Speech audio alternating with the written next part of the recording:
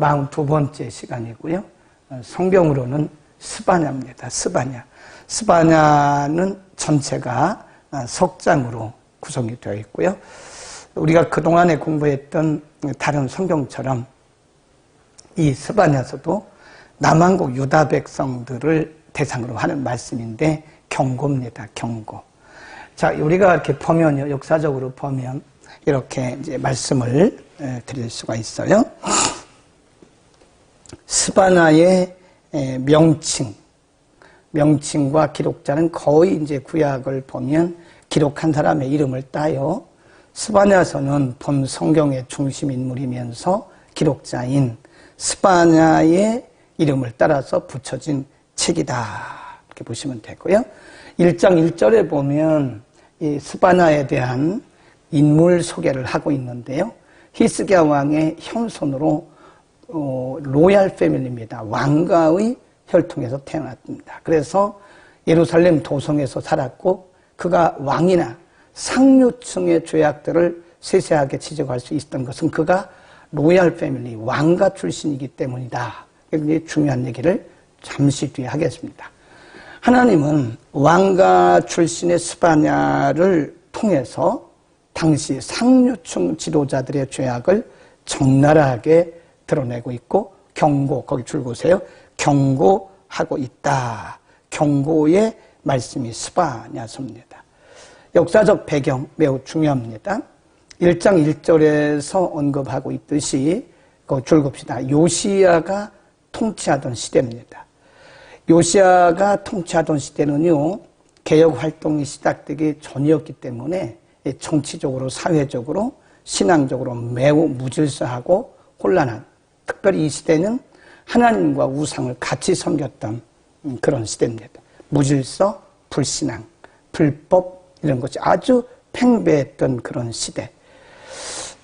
바로 이런 시대에 하나님이 왕가, 로얄 패밀리인 왕가에 속한 이 스바냐를 통해서 상류층을 대상으로 말씀을 전하게 하는 거죠. 요시야가 물론 신앙개혁을 했어요. 근데 스바냐서는 신앙개혁이 일어나기 바로 직전을 역사적인 배경을 하고 있기 때문에 매우 불의하고 불법, 불신앙이 아주 팽배했던 무질서죠, 무질서. 하나님의 백성들이 말씀을 떠나면요, 그 자체가 무질서입니다. 우왕좌왕하죠. 삶이 안정이 안 되고요. 삶에 기존이 없어요. 그러니까 하나님의 백성들의 삶은 언제나 하나님의 말씀이에요.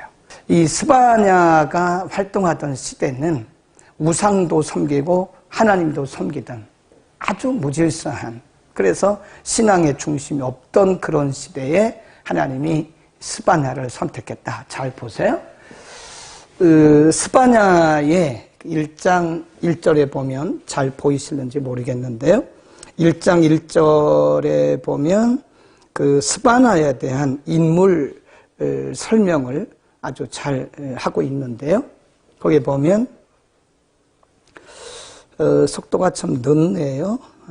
히스기야의 현손이요, 아마랴의 증손이요, 그다랴의 손자요, 구시의 아들이다 그랬어요.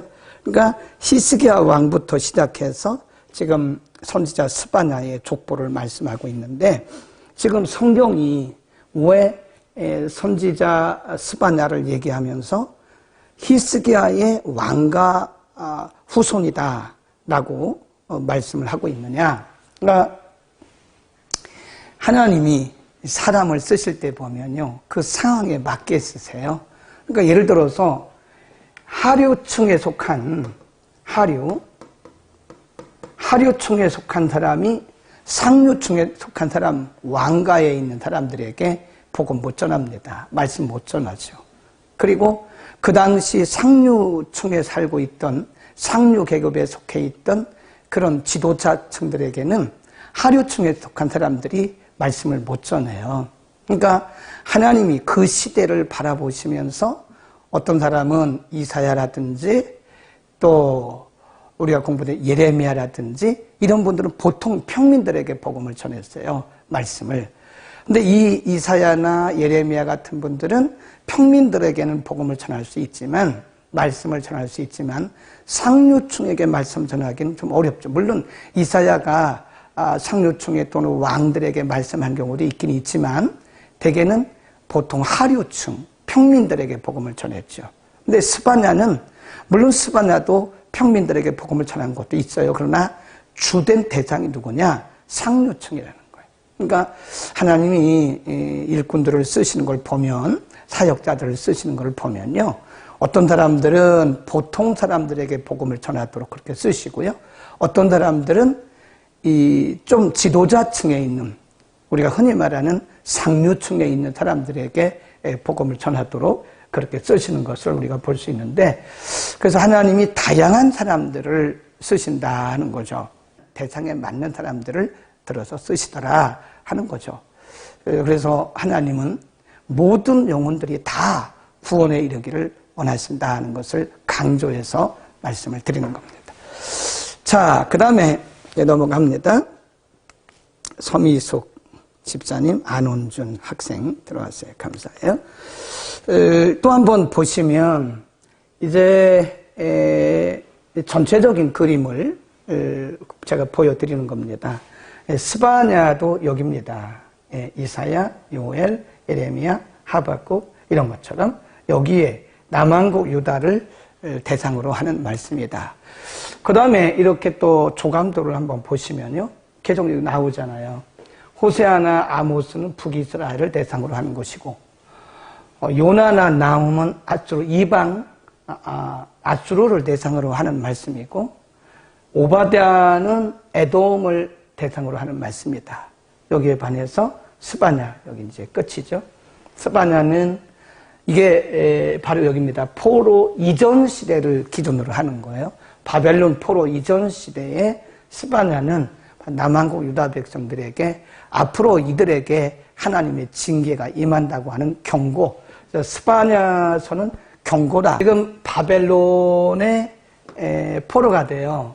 여기가 바벨론 포로고요. 이 바벨론에 포로되어 가기 전에 하나님께서 여러 명의 사역자, 선지자를 통해서 이들에게 어떤 때는 회개를 촉구하시고 어떤 때는 위로하시고 책망하시는데, 스바냐의 경우는 경고의 말씀, 이 경고의 말씀을, 오직 경고의 말씀이에요. 너희들 돌이키지 않으면 반드시 포로 잡혀간다. 하나님이 우리에게 항상 어떤 일을 행하실 때는요, 경고 있어요. 경고. 1차 경고, 2차 경고, 3차 경고. 사람에 따라 달라요. 또 사람에 따라서, 그 상황에 따라서, 사안에 따라서 다릅니다. 어떤 경우에는 하나님께서 한 번 경고하고 그냥 원한 대로 하세요. 어떤 경우에는 하나님이 경고를 1차, 2차, 3차, 4차, 어떤 때는 그 이상의 경고도 주십니다. 경고라고 하는 것은, 중요한 것은, 경고는요, 반드시 여기 원한이 결정이 되어 있어요. 그래서 이거 들으면 되고 안 들으면 원한 대로 가는 거예요. 예. 하나님이 바벨론 포로라고 하는 것을 딱 정해 놓으셨어요. 그들은 모르죠. 하나님 경고하시는 거예요. 너희들 경고하는데 너희가 돌이키면 살아. 하나님 말씀하신 거예요. 회개하라. 이사야 선지자도 그거 아닙니까? 예레미야도 아닙니까? 계속 경고하시는 거, 이렇게 할 것이라고 미리 말씀해 주신 건데, 스바냐는 더 강하게 경고하는 거예요. 너희들 돌이키지 않으면 하나님 반드시 너희를 치신다. 그러니까 경고할 때는요, 그게 뭐냐? 기회입니다. 들으면 돼요. 경고하실 때는 들으면 됩니다. 하나님이 경고하실 때 얼른 듣고 깨닫고 돌이키면 돼요. 그런데 경고하셨는데, 기회를 주셨는데 안 들으면 원한 대로 가는 거다. 꼭 기억을 하시기를 바랍니다.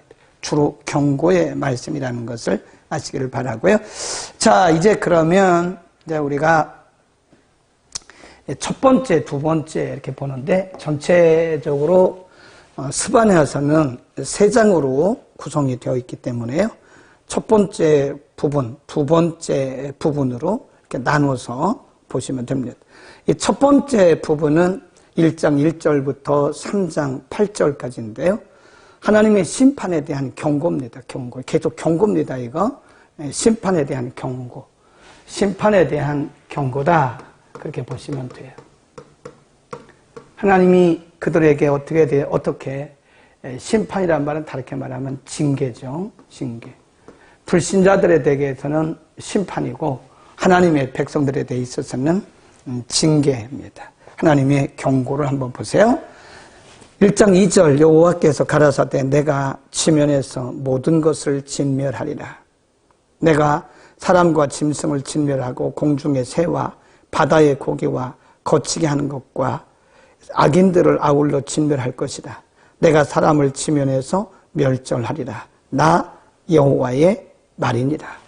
또 한 가지 4절 내가 유다와 예루살렘 모든 거민 위에 손을 펴서 바알에 남아있는 것을 그곳에서 멸절하며 그 말임이란 이름과 및 그 제사장들을 아울러 멸절할 것이다. 이게 뭐냐면 하나님의 경고가 뭐냐면요.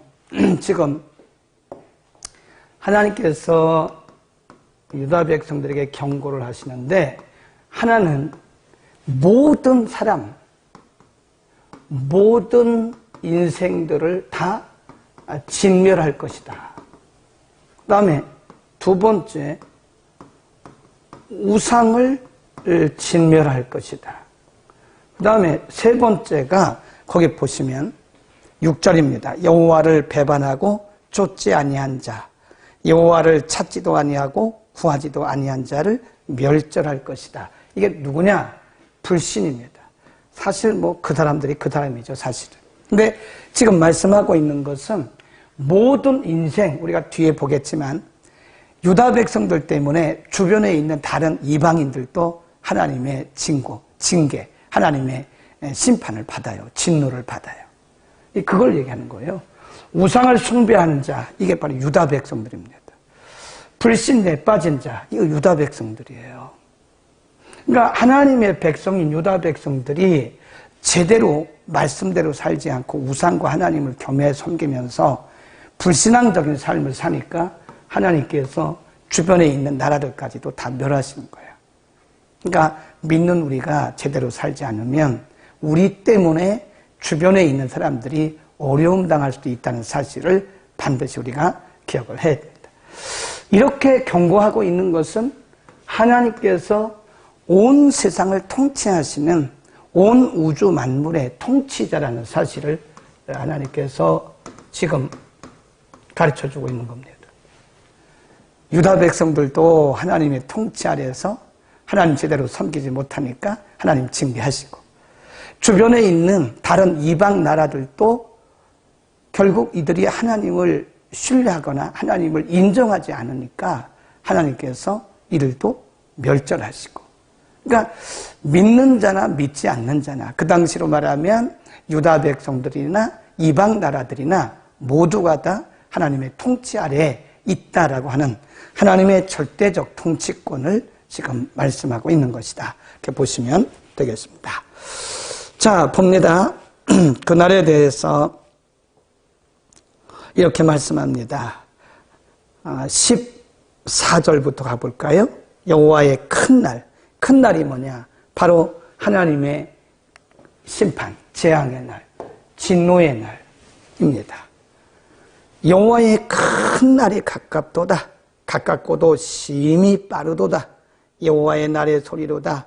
용사가 거기서 심히 애곡하는도다. 15절 보세요. 그날은 분노의 날이요, 환난과 고통의 날이요, 황무와 폐괴의 날이요, 캄캄하고 어두운 날이요, 구름과 흑암의 날이요. 거기다 15절에 줄거 놓으세요.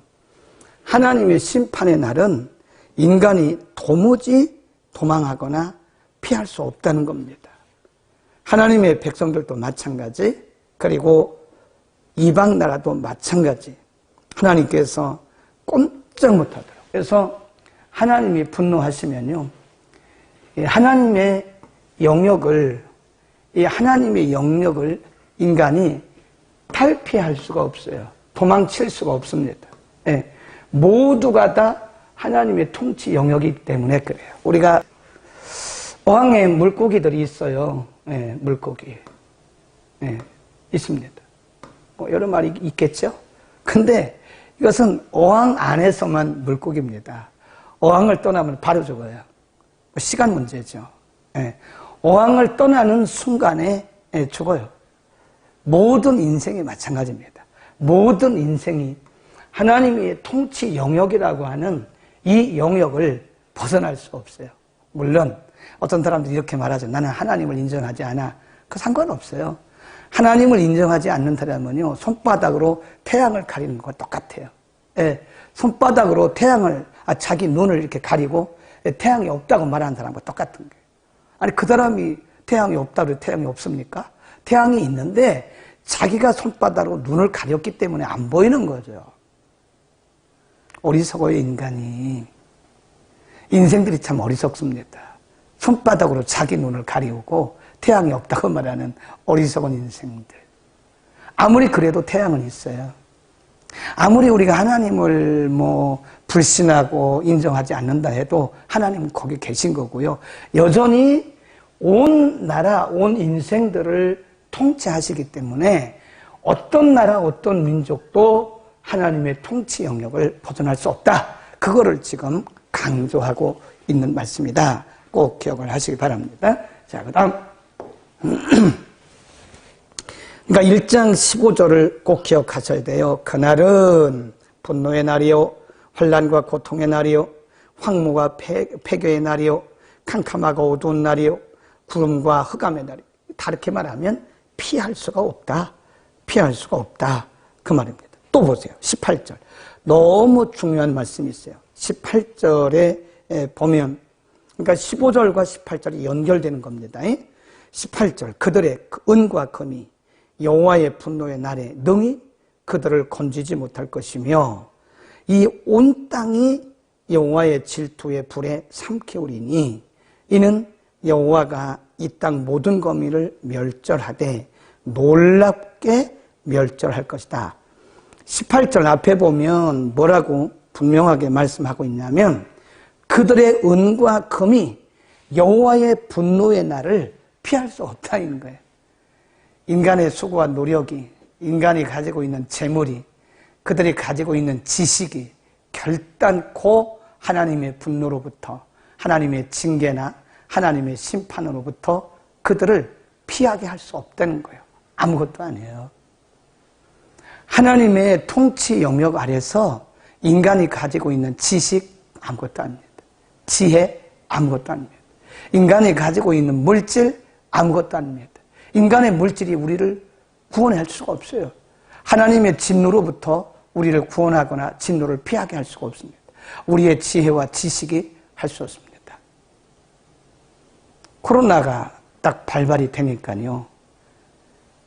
인간의 지식이 아무런 의미가 없잖아요. 인간의 능력이 아무런 의미가 다 걸리잖아요. 다. 사람이 어떻게 할 수가 없어요. 코로나가 막 시작됐을 때요. 미국도 마찬가지, 이스라엘도 마찬가지, 러시아도 마찬가지, 중국도 마찬가지. 시체가 막 널브러지잖아요. 다행히 하나님께서 조금 거두셔서 그런 거지. 이거 그냥 뒀으면요. 전 세계가 다 시체 바다예요. 시체 바다. 죽은 시신을 어떻게 처리할 수가 없잖아요. 그 인간의 무능입니다. 인간은 하나님의 절대 통치권 앞에서 모든 것이 다 무너져요. 우리의 은과 금이 하나님의 심판을 면할 수 없고 하나님의 심판으로부터 하나님의 통치로부터 도망칠 수가 없습니다.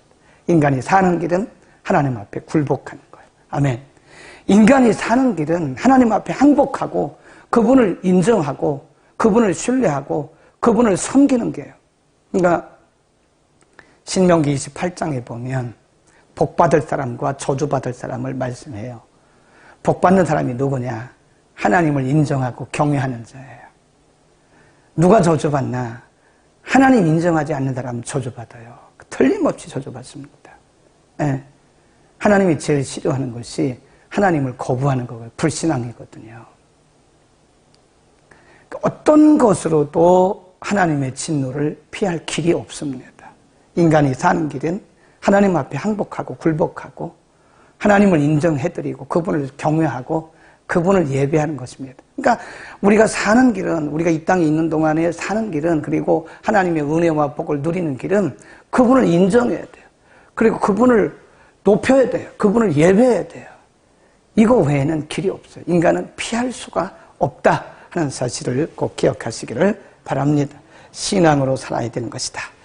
그 다음에 또 2장으로 갈까요? 수치를 모르는 모든 백성아 모일지어다 모일지어다. 명령이 시작되기 전, 시행되기 전, 광음이 겨같이 날아가기 전, 여호와의 진노가 너희에게 임하기 전, 여호와의 분노의 날이 너희에게 이르기 전에 그리하라. 그러잖아요. 그러니까 행되기 전에 돌이켜라 그거예요. 그게 뭐죠?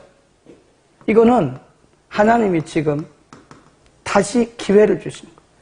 유다 백성들에게 기회를 주시는 겁니다. 하나님의 경고가 시행되기 전에 빨리 돌이켜라.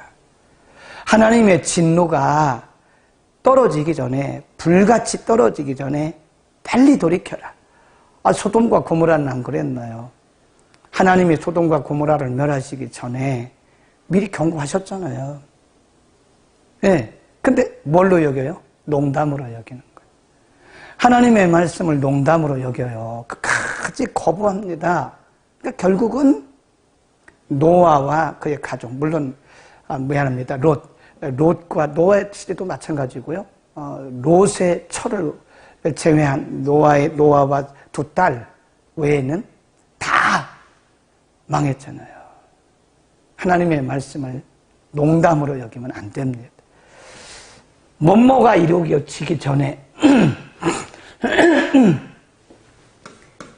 이 경고의 말씀이 시행되기 전에 그리하라. 그 말은 기회를 주신 것이다.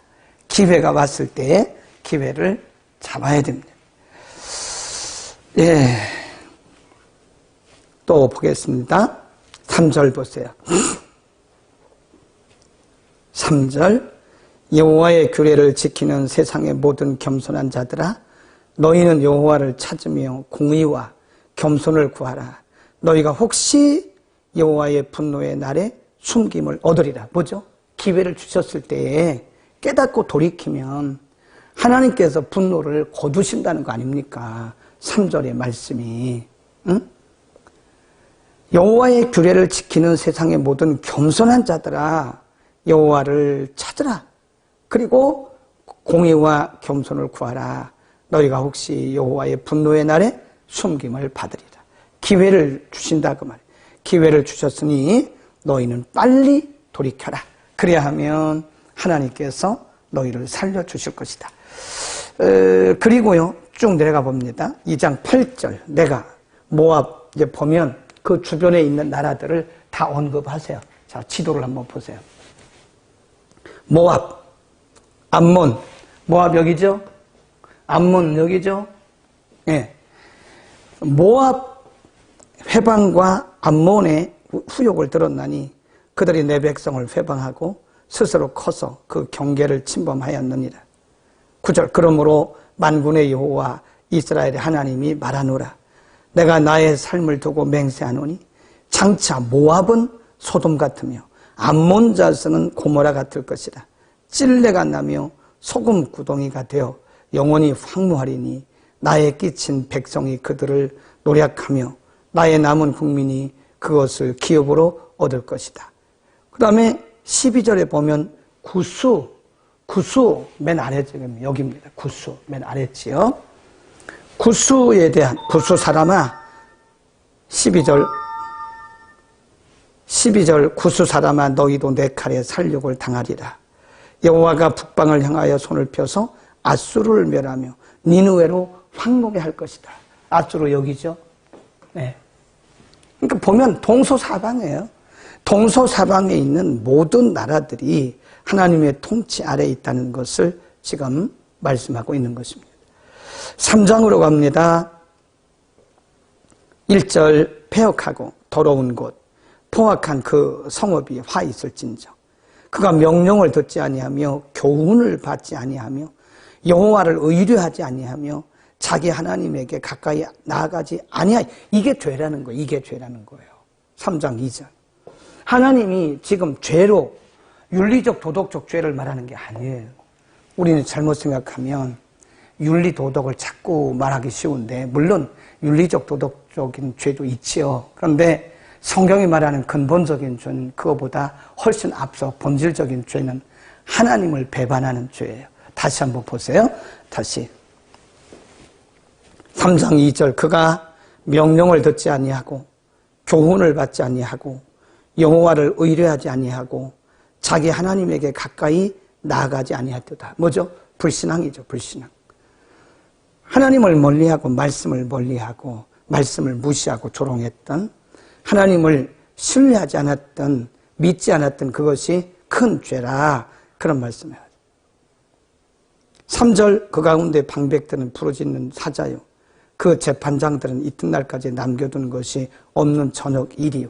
이렇게 불신앙적인, 하나님 말씀을 떠나니까요 불의와 불법을 행하게 되는 겁니다. 거기 보세요. 그럼에도 불구하고 유다 백성들이 그렇게 살아갈 때에 하나님은 끊임없이 그들에게 말씀을 하셨어요. 거기 보세요. 5절. 그 중에 거하신 여호와. 그 줄 거놓으세요. 하나님의 백성인 유다 백성들이 말씀 무시하잖아요. 하나님 경고하셨는데 경고 들은 척 만척하잖아요.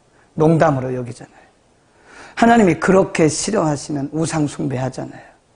하나님을 온전히 전심으로 예배하지 않잖아요. 그런데 하나님이 그 중에 계셨다. 그 중에. 잘 보셔야 돼요. 우리가 불순종하고 불신앙적으로 살아가는 그때도 하나님 우리 가운데 계시면서 계속 경고하십니다. 거기 다시 보세요. 5절. 그 중에 거하시는 여호와는 의로우사 불의를 행치 아니하시고 아침마다 간단 없이 자기의 공의를 나타내시거늘 불의한 자는 수치를 알지 못하도다. 그래요. 하나님이 얼마나 안타까우시겠어요. 하나님이 그들 가운데 계시면서 계속 그들을 돌보시고 경고하시고 알려주시고 말씀하시는데 못 알아들어요. 오늘도 마찬가지입니다. 이 보혜의 사람 말은요, 미안합니다. 헬라어를 좀 쓰겠습니다.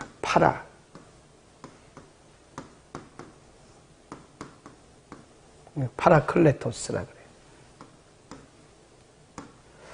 이 파라클레토스라 그러는데, 이 파라란 말은요, 곁에,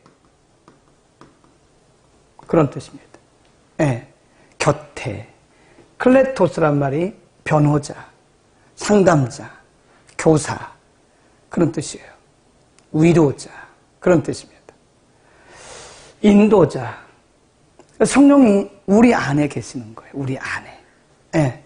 그런데 성령이 우리 안에 계시면서 늘 깨닫게 하시고 때로는 위로해 주시고 격려해 주시고, 요한복음 14장에 보면요, 책망하시는 성령의 역사에 대해서 말씀하세요.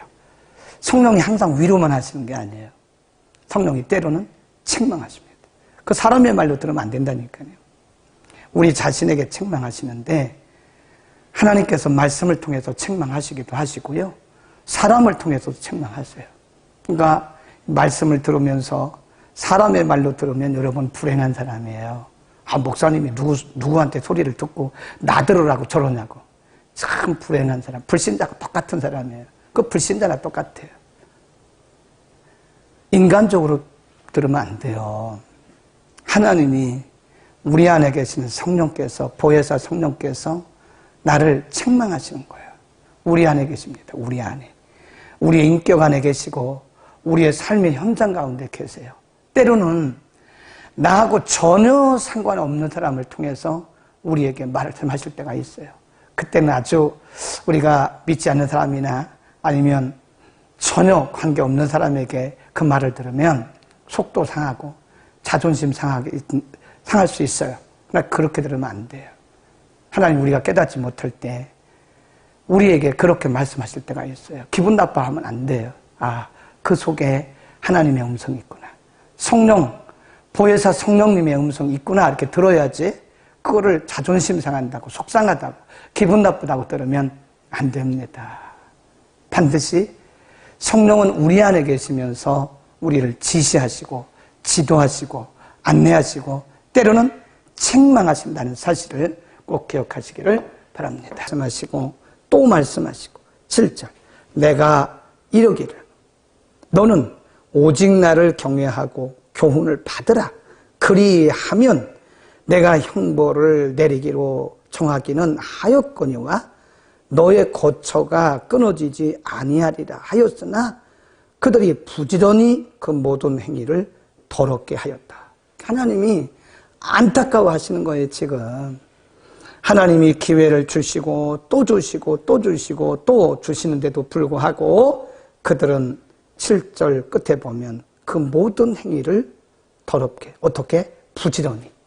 하나님의 말씀을 부지런히 찾아야 되는데 악을 행하는 데 이들은 부지런했다.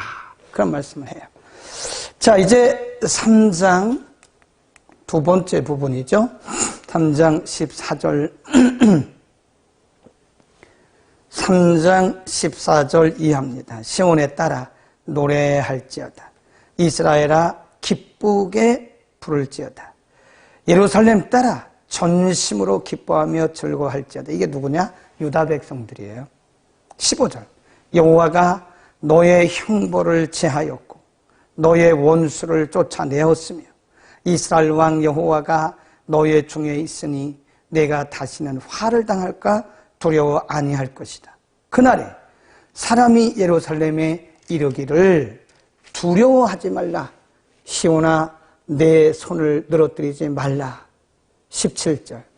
너희 하나님 여호와가 너희 가운데 계시니 그는 구원을 베푸실 전능자시다. 그가 너로 인하여 기쁨을 이기지 못하여 하시며 너를 잠잠히 사랑하시며 너로 인하여 즐거이 부르며 기뻐하시리라 하리라. 내가 대회로 인하여 근심하는 자를 모으리니 그들은 내게 속한 자라. 너의 치욕이 그들에게 무거운 짐이 되었느니라. 19절. 그때 내가 너를 괴롭게 하는 자를 다 벌하고 저는 자를 구원하며 쫓겨난 자를 모으며 온 세상에서 수욕받는 자로 칭찬과 명성을 얻게 하리라. 내가 그때 너희를 이끌고 그때 너희를 모을지라. 이 말씀은요, 잘 보셔야 돼요.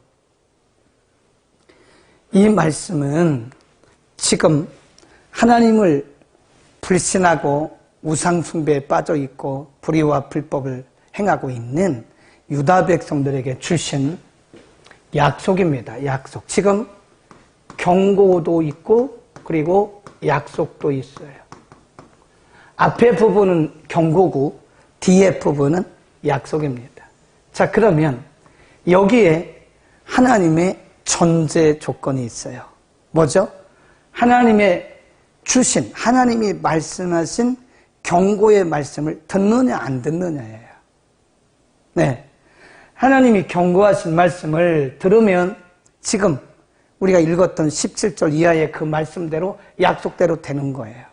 그런데 그 경고의 말씀을 안 들으면 이들에게는 해당이 없어요.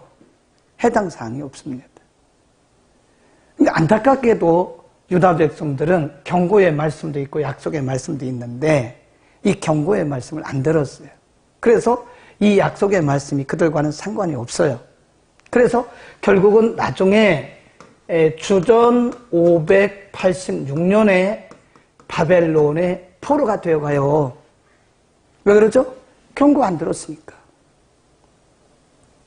물론 70년 포로 이후에 하나님이 이들을 회복시키긴 했지만 70년이라고 하는 긴 시간 동안을 이들은 세월 허비하고 고통당하고 하나님 앞에 매맞고 그랬잖아요. 만일 이때에 하나님이 경고하시고 약속 주셨을 때에 유다 백성들이 하나님의 이 말씀, 경고의 말씀을 아멘으로 받고 돌이켰으면요, 이거 없습니다. 포로 없어요. 제가 늘 얘기하잖아요. 우리들 가운데 가끔 보면 안 해도 될 고생하는 사람들 많아요. 안타깝더라고요. 아, 저분은 저 고생 안 해도 되는 거였는데, 아, 저거 하지 않아도 될 고생하고 있구나, 지금. 왜 그러죠? 경고를 듣지 않는 거예요. 잘 들으세요. 하나님의 말씀은 들으면 내게 은혜가 됩니다. 딱 내가 아멘으로 받으면 축복이 돼요. 그런데 하나님의 말씀을 거부하면 그건 내게 큰 손해가 됩니다. 하나님의 말씀을 듣고 회개하고 돌이키고 말씀대로 순종하면 하나님이 우리에게 주신 약속이 어마어마하게 많아요. 그런데 그 말씀을, 경고의 말씀을 무시하고 농담으로 여기고 그냥 여벌로 여기면 이 약속은 나하고는 상관이 없습니다. 그러니까요, 제가 가만히 보니까 믿음은요, 축복도 마찬가지예요. 은혜도 마찬가지예요. 나 할 나름입니다. 나 할 나름이에요.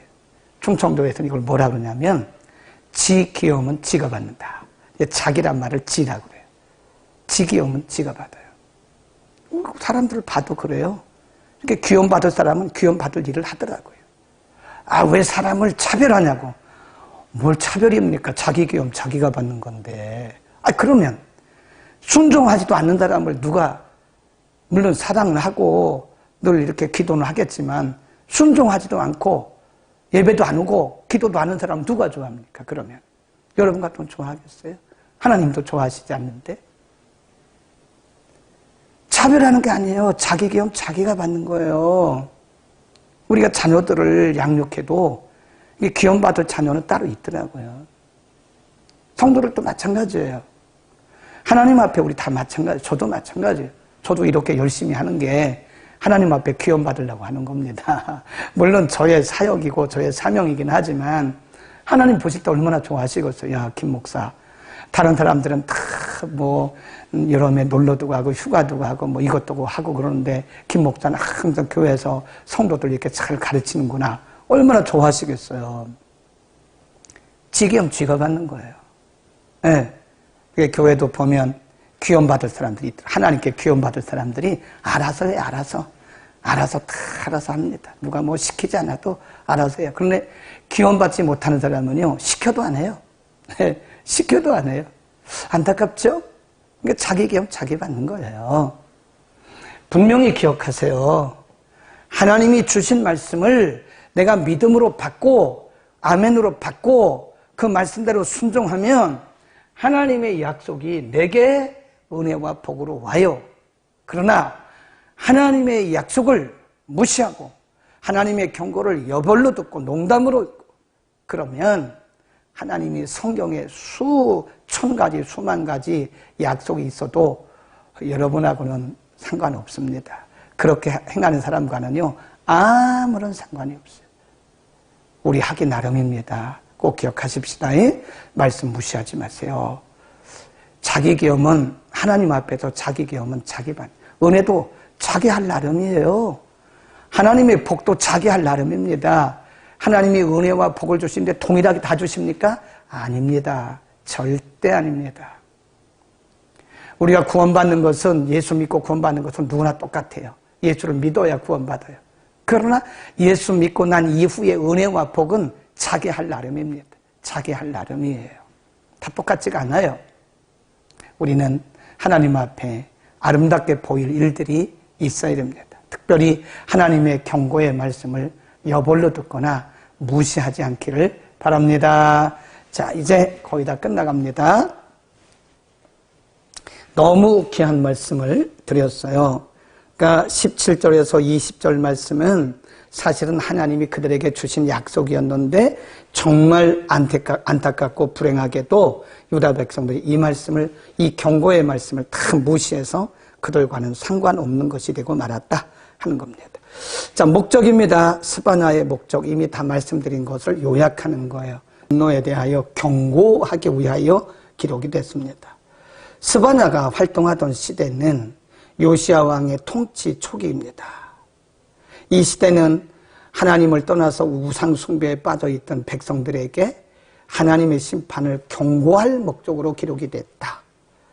둘째, 스바냐서는 심판 가운데서도 하나님께서 남은 자를 회복시키시는 구원의 날이 올 것을 예고하기 위한 소망을 주려는 의도가 있었다. 그러나 유다 백성들은 이 말씀을 듣지 못해서 결국은 바벨론의 포로로 잡혀간 겁니다. 특징도 있습니다. 두 가지 특징이 있는데 스바냐에는 여호와의 날이라는 말씀이 7번 반복되어 나옵니다. 구약 성경의 어느 선지자보다도 많이 사용했습니다. 그만큼 간절했다 그런 얘기죠. 그 말씀이. 둘째, 스바냐서는 심판과 구원 사이에 조화를 이루는 말씀입니다. 한편으로는 심판을 예고하시지만 결국은 하나님의 자비가 있을 것을 예고합니다. 심판과 구원을 이루시는 하나님의 성품에 대해서 아주 조화롭게 균형 있게 가르치고 있습니다. 하나님의 원래의 마음은 심판이 아니라, 줄거놓으세요. 하나님의 원래의 마음은 심판이 아니라 징계가 아니라 구원이셨다, 자비이셨다는 것을 우리가 깨닫기를 바랍니다. 그래서 경고, 하나님은 경고하시는 분이세요. 하나님이 우리의 모든 것을 너무나 잘 아시기 때문에 하나님이 경고하시는 목적은, 의도는 우리를 바른 길로 인도하기 위한 거죠. 우리를 괴롭히려고 경고하시는 게 아닙니다. 우리를 복 주시려고 그런 거예요. 우리에게 은혜 주시려고 경고하시는 거예요. 우리를 잘되게 하시려고 경고하시는 겁니다. 우리가 자녀들을 책망할 때 잘못되게 책망한 거 아니잖아요. 잘되게 하려고 책망하는 거잖아요. 근데 안 들어요. 유다 백성들은 하나님의 의도와 목적을 모른 겁니다. 그들을 잘되게 하시려고, 은혜 주시려고, 복 주시려고 그랬던 건데 그 말씀을 다 무시했던 거예요. 여러분, 말씀 무시하면 불행합니다. 하나님의 말씀을 여벌로 듣고 그 말씀대로 살지 않으면 불행해집니다. 우리 가운데 사실은 이미 하나님 여러 번 알려주셨고 경고해 주셨던 게 많아요. 우리가 하지 않아도 될 고생을 하는 것은 우리 책임입니다. 우리가 무지하기 때문에 그렇습니다. 그래서 우리에게는 분별력이 필요한 거예요. 네. 우리에게 정말 분별력이 필요해요. 하나님이 때로는 말씀을 통해서, 사람을 통해서, 상황, 사건을 통해서 우리에게 말씀해 주실 때 우리는 정말 민감하게 반응을 해야 돼요. 민감하게. 아, 하나님 말씀하시는 거구나. 민감성이 필요합니다. 오늘도 우리가 남은 시간 하나님의 음성을 들어가면서 오늘 스바냐를 잘 마음에 새기고 하지 않아도 될 고생을 하고 있지는 않은가. 우리가 애초에, 태초부터, 처음부터 아예 시작부터 순종하고 나가는 것이 우리가 살 길이고 은혜와 복을 받는 길입니다.